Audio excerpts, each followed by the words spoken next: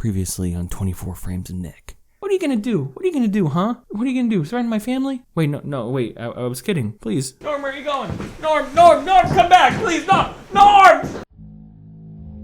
Hey guys, Norm left. He broke into my house and left to find my family. I'm worried. I honestly don't know what to do. I can't call the cops because it turns out that Norm of the North has the cops under his thumb. He owns the police. I'm all alone in this and I don't know what to do. Wait, I'm getting a phone call. Oh God. It's Norm. Norm, please, leave my family alone. Please, I'm sorry. I reviewed your first two movies and I said they were both absolute crap. I know, but please don't hurt my family. I'll cooperate. What do you want from me? What do you want me to do? Review the third movie? I'll do it. I promise I will. Norm, I will. Yeah? Yes? Okay, Norm, I will. I promise. And I'll like it this time. I'll show the world that it's actually a good movie. I promise I'll do it.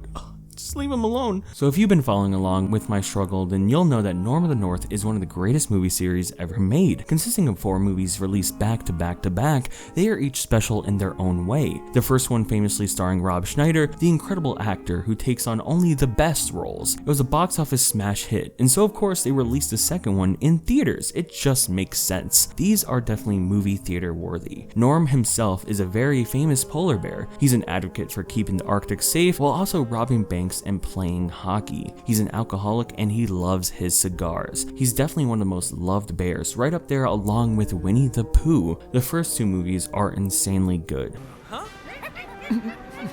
Both with great messages about protecting your climate and being a good person. The characters we met along the way have been so lovable and beautifully designed, especially this bunny. God, just look at him. Just stare at him for a moment, please. Just take in the design of this bunny. Come on. And now we have reached the third movie, Norm of the North King-Sized Adventure, released in 2019. In this movie, Norm will be going on an adventure. I don't know why I think that. It will probably be king-sized because he is a king of us all. We must submit to Norm. Norm of the North King-Size Adventure is a 2019 dystopian future, once again not starring Rob Schneider. He will never return. He was only in the first movie. He started this torment. He gave life to Norm in the first, and he will forever be gone. And that's sad. That's very sad. He was the only one that kept Norm in check. Once he left, Norm became sentient and just started wreaking havoc. In the second movie, I talked about how it basically was one movie separated into 2. They didn't have enough story for one movie, so they just put 2 stories in one movie and called it a day. And in this movie, in the third one, it's actually more consistent to just be one whole movie, one whole package of a story.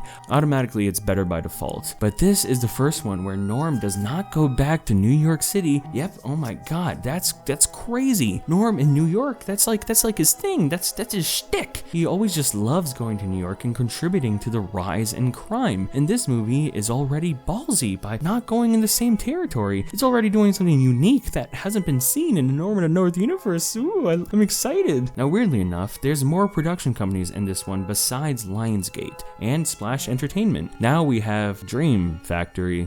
God, so many people want to invest in the Norm of the North franchise. Genius moves by everyone. Now I think that this one and the next one only released direct to DVD and streaming, but Google glitches out and says that it had a box office even when that's just the box office from the first movie. I'm saying this because there's no more information on these sequels. I can't really find out anything else about them or the production or anything. I want to know more. I want to know about the lore behind Norm of the North and why he is constantly being shoved down our throats, even if we don't know why it's happening. Let's dive into the third movie, the third incredible movie. We meet those furry things that are in all the movies. I love them. They're always great to see. I love these little guys. Now, honestly, the animation here is better than the second. I have to admit. I mean, it still looks like absolute garbage, but the second movie had this weird atmosphere being thrown together much more quickly than this one. There were times when it looked like they just used pictures of a setting or a background, and it was so ugly. Here at least I could say it's fully CG animated and looks closer to the quality of the first. We get happy polar bears just showing how peaceful the Arctic is right now, but that's all about to change. Ooh. We got guys in planes battling it out for some artifact, then boom, there's our guy, our lovable murderer. His granddad tells him that he's getting married. Oh my god. But it has to be during the Aurora Borealis in the Arctic.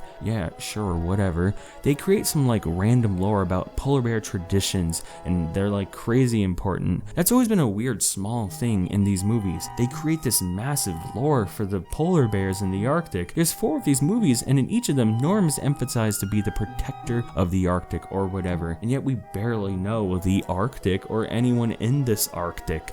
We barely know the people in it, and I wouldn't care if it didn't act like we should automatically know the great polar bear wedding traditions. Like, screw y'all, I don't care. Once again, the girls from the old movie call Norm, and that ugly bunny from the last movie returns, who is also Norm's great friend now. Wow, they really had a lot of interactions in the last movie. Yep, oh, they talked so many times together. I think at least once.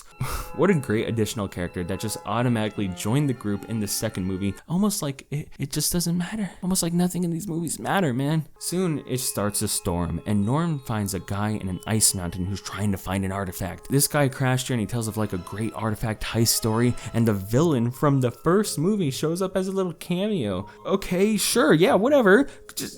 Just go away, man. Just go away. This is what I mean and keep saying, man. This series just acts like it's a contained, tight, connected Norm to North world. It's just weird, but also honestly very funny. So Norm and the guy are trapped in the ice until the furry dudes break them free. But once they're free, oh no, there's the one guy who wants the artifact. He holds them at gunpoint. Yo, dude, be careful. Norm will literally tear the flesh off your bones if you piss him off, man. Be careful. Eventually he takes the artifact and he runs away. So now we gotta hunt him down, and this is our adventure, our king-size adventure. More or less so far the movie is just boring than it is disastrous. The last movie was completely broken, but this is slightly not broken. I also love how the bunny is also just a completely different color from the last movie.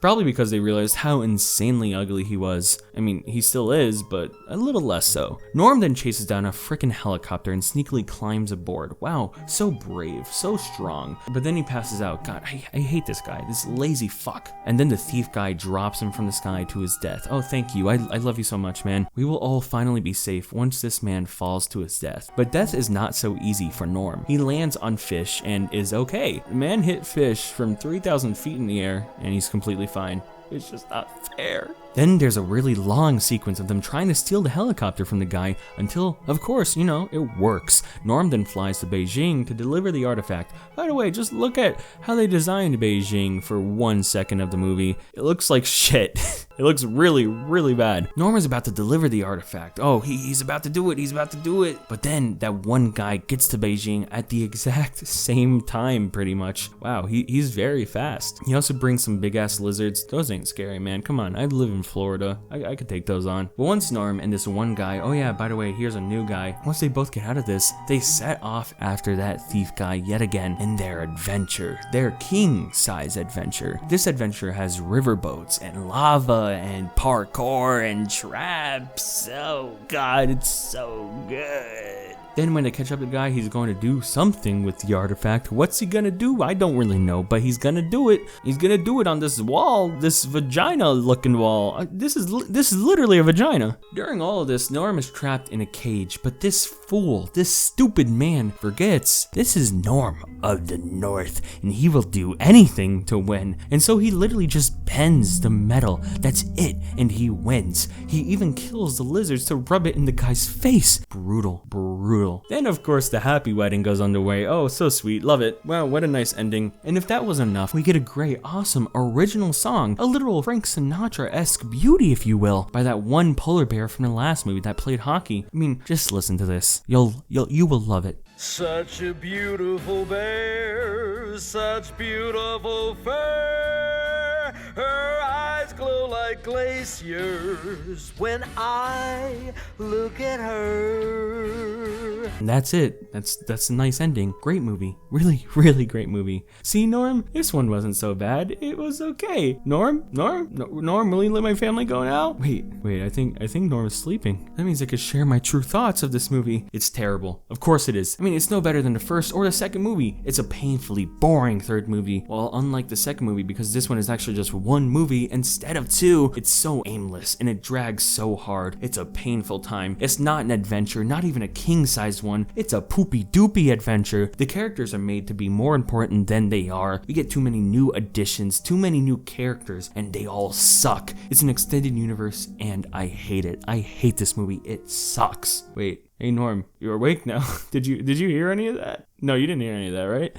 Did you? Bro, I was just kidding, okay? It's a great third movie. You did so well. You're so strong and cute. What's that? What's that, Norm? You're gonna shoot my family? Hey, man, no, you're just kidding, right? You wouldn't go that far, right, Norm?